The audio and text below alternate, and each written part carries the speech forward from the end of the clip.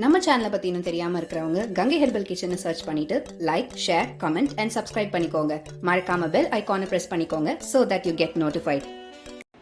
Hi viewers, வணக்கம். Welcome to Gangai herbal kitchen.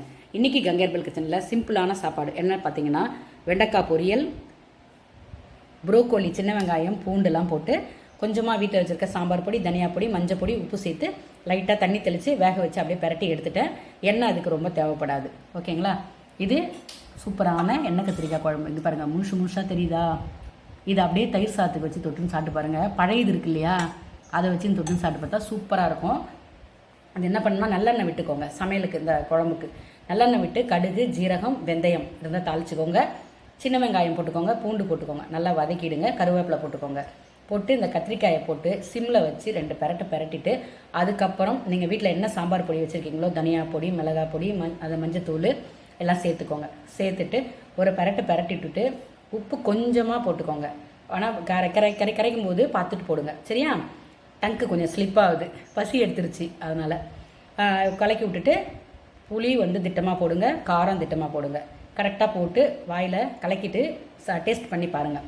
Taste பண்ணி பார்த்ததுக்கப்புறம் உங்களுக்கு தேவையான அளவு தண்ணி ஊற்றி குழம்பு உங்களுக்கு எந்த அளவுக்கு வேணுமோ அந்த அளவுக்கு பண்ணிக்கோங்க. சில பேர் தண்ணியாக வைப்பாங்க, சில பேர் இது மாதிரி கட்டியாக வைப்பாங்க.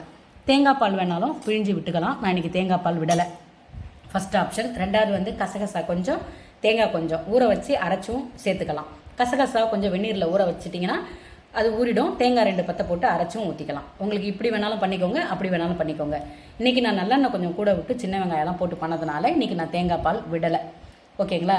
இது அப்படியே நீங்கள் ஃப்ரிட்ஜிலலாம் வைக்கணும்னு அவசியம் கிடையாது. இன்றைக்கி நாளைக்கு எல்லாமே நல்லாயிருக்கும், சூப்பராக இருக்கும். 2-3 நாளைக்கு நல்லாயிருக்கும். ஆனால் ஃப்ரிட்ஜில் வைக்காதீங்க. இதை லைட்டாக சுட பண்ணணும், வேகமாக வச்சு சுட பண்ணக்கூடாது. இதே சட்டியாக இருந்தால் சூப்பராக இருக்கும்.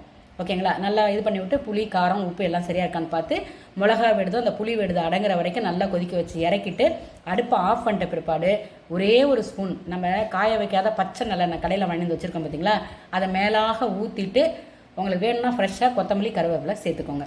சூப்பரான வத்த குழம்பு ரெடி ஆகிடும். இந்த வெயிலுக்காக தான் உங்களை ஜீரகம், வெந்தயம்லாம் போட சொன்னேன்.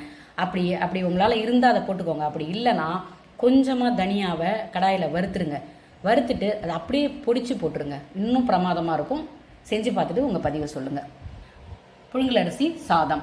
இந்த புழுங்கலரிசி சாதம் நல்லா நம்ம அரிசி களைஞ்சிட்டு நம்ம கொஞ்ச நேரம் ஊற வச்சுருங்க. அப்போ நம்ம அரிசி கழுவி போட்டு தலை கொதிக்கும் போது சாப்பாடு வடிக்கிறீங்க இல்லையா, இந்த சாப்பாடு கூட வடிக்க தெரியாதா அப்படின்னு நினைக்காதீங்க. தெரியாத பிள்ளைகளுக்கு சொல்கிறேன். வடிச்சிட்டு அந்த தண்ணியை நல்லா ஆடையை நீக்கிட்டு தண்ணி எடுத்துக்கோங்க. அதில் அரை உப்பு போட்டு அது வெதுப்பாக இருக்கும்போதே குடிச்சிருங்க. உடம்புக்கு அவ்வளோ நல்லது, வயிற்றுக்கு நல்லது. ஓகேங்களா? அழலைன்னு சொல்லுவாங்க இல்லையா, தண்ணி குடிச்சிக்கிட்டே இருக்கணும் போல் தோணும். அந்த மாதிரி இருக்கும்போது வயிற்று ப்ராப்ளங்களும் சரியாகும். வேணுன்றவங்க ஃபாலோ பண்ணி பாருங்கள். இன்றைக்கி முள்ளங்கி சாம்பார் சூப்பராக இருக்குங்க. இது எல்லாமே ஃப்ரிட்ஜில் வைக்காத காய்கறிகள்.